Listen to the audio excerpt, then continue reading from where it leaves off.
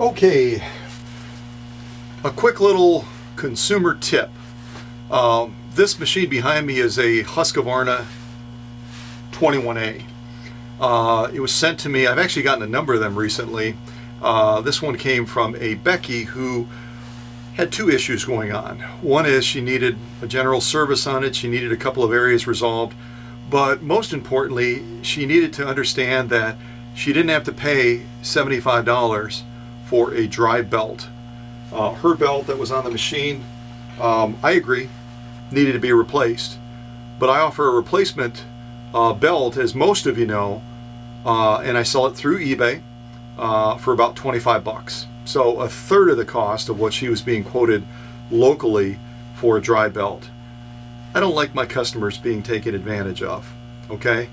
Second problem was that a common problem on these Swedish Beauties is the slow gear either doesn't work when you get to the machine or it stops working. And there's a variety of possible reasons for that happening, some of which can be resolved very easily. But you can rest assured that even in the most extreme circumstances, that repair to get that slow gear working again should not cost you $200, which is what Becky was quoted. So I don't like people being taken advantage of. Obviously, with the work that I do, I have to cover my costs and make just a little bit so that I can keep enough of a margin that I can have the mission that I have. And all of you understand that. You're smart. But I don't want to gouge people. I don't want to take advantage of them. And some of these local sewing centers that are closest to you, which again, back to my possibility of relocating my workshop, is probably why some of you are saying, we want you closer to us so that we're not taken advantage of.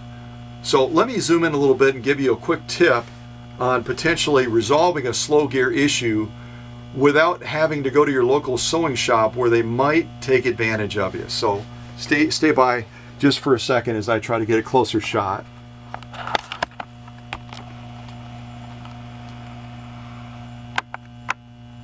All right, let me see if I can lock that in place. And as you can see, I've already got my new belt on there. Let's see here. I think this will work pretty well. Okay, so this, as most of you know, let me see if I can get that shot right here. Okay, as most of you know, this is going to be your bobbin winding unit. It does a variety of different things. It obviously is a vessel. Right in here is where your long belt is going to go. Yeah, you can see that, I think. That's where your long belt goes. So as it goes into the machine, it's going to go in like that. And your long belt is going to fit in that groove. And that's going to be the driver to your needle, because that then goes up to the main shaft.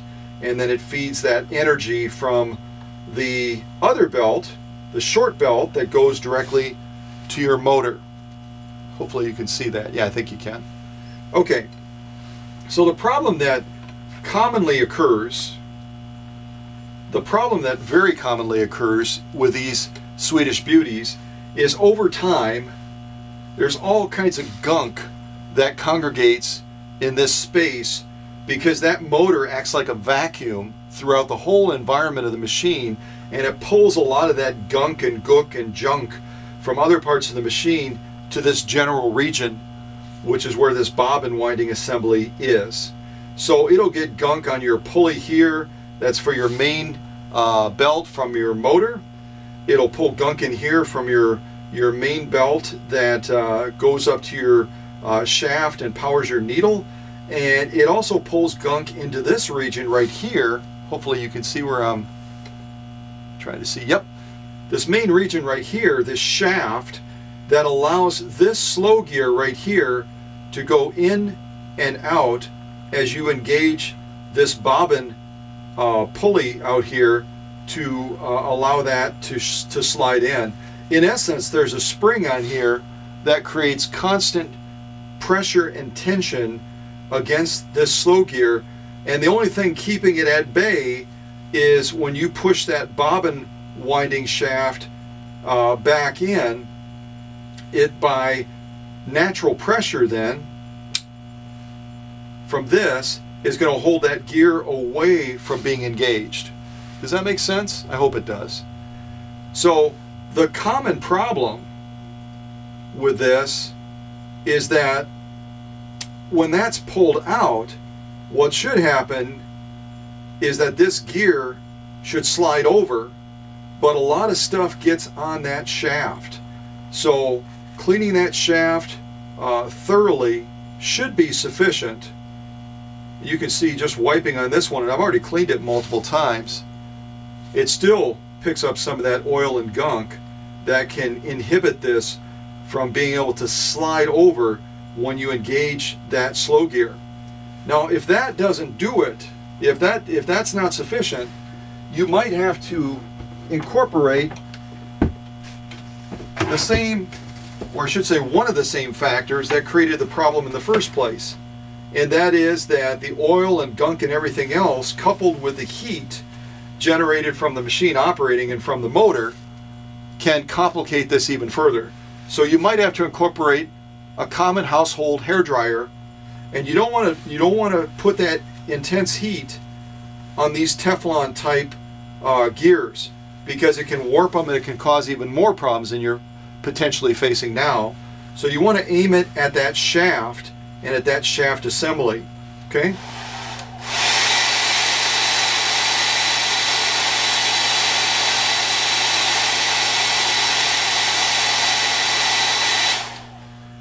Okay, so we just applied some pretty intense heat on there. We cleaned it, and what we're hoping for now is we've got that slow gear engaged with just a little bit of encouragement as I'll get that belt into position as if it's actually connected to the motor. It would be facing like this, obviously, and we're going to turn manually that gear, and what you should see or hear is you should see that slow gear pop into place. All right, you ready? Just looking to see if you can see. Hopefully you can. Did you hear that? That little click? There it goes the rest of the way. Okay? So this before was stuck out there, and we simulated engaging the foot control, turning this main pulley that is attached to the motor. There's phase 1. Phase 2.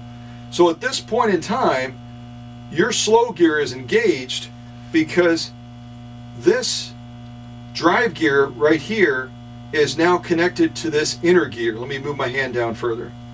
So these two gears here are now connected. As soon as you don't want that slow gear anymore, it's going to push this slow gear away so it can no longer engage this inner gear here. It's almost like changing gears on a 10-speed bicycle.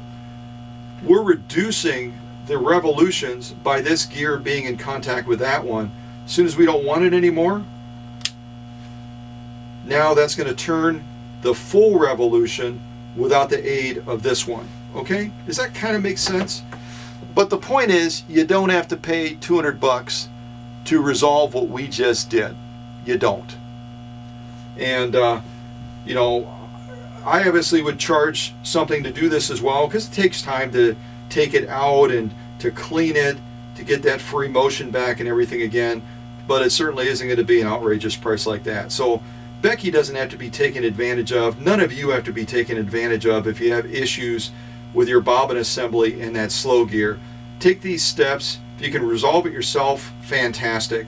If you can't, you can always send it in to me, and I'll be glad to resolve it for you at a fair price, so you can enjoy the full feature of these amazing Swedish beauties with that slow gear feature. Okay? All right. Stay tuned for other helpful consumer tips like this, so you can enjoy the full extent of what your machine can do without getting gouged by a local sewing center. Okay? Thanks so much.